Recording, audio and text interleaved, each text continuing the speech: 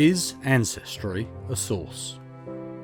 Or Find My Past, or My Heritage, or the Internet Archive, or Google Books, or, well, you get the idea.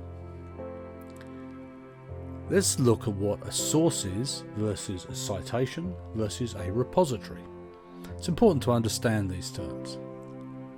So a source, as a noun, is the point or place from which something originates, or it's a person, book, organisation, etc., from which information, evidence is obtained.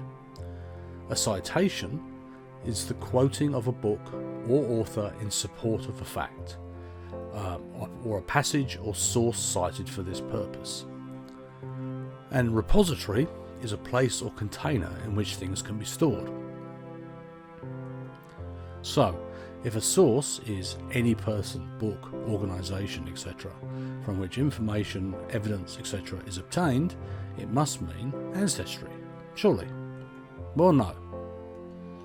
Granted, Ancestry and Find My Past and Family Search and My Heritage all have millions of records from which we get our information. But if you went into the British Library to consult a manuscript, would the British Library be the source?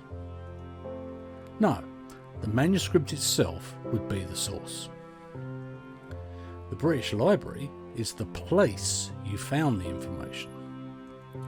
The repository, if you like. So think of it this way. If there's a particular book that is in many places, including the British Library, would it make sense to say the British Library was the source? In this case, the source is the book in which you found the information. But aren't we supposed to cite what we see and what we use? Why is the book a source and Ancestry isn't? Because Ancestry and Family Search and Find My Past and so on are made up of many sources, many different collections. And over time, collections are added and they're also removed. And if they're removed, they might still be available somewhere else. So these websites are more like a library of sources. And don't forget that we're citing the sources to help us find the information again and evaluate the reliability of that source. Some sources on Ancestry, etc., are more reliable than others.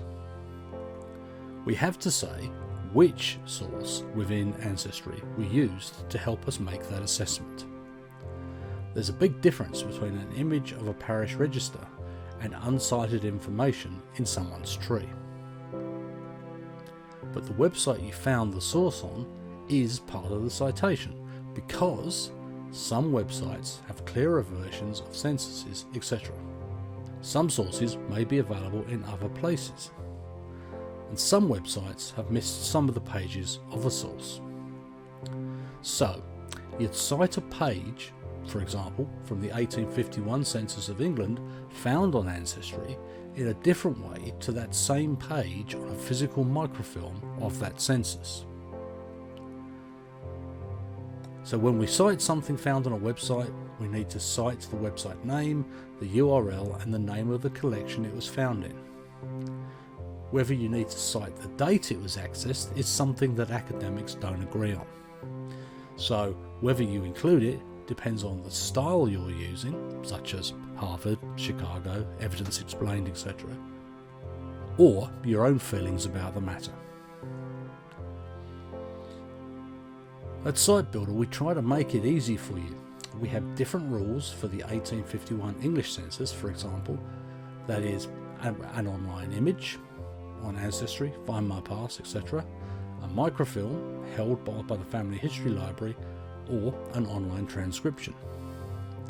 Like everything, if there's another type of place you have found the information in, let us know and we'll consider how we can add that into Cite-Builder. Just ask us. Email us at admin@cite-builder.com. Thank you.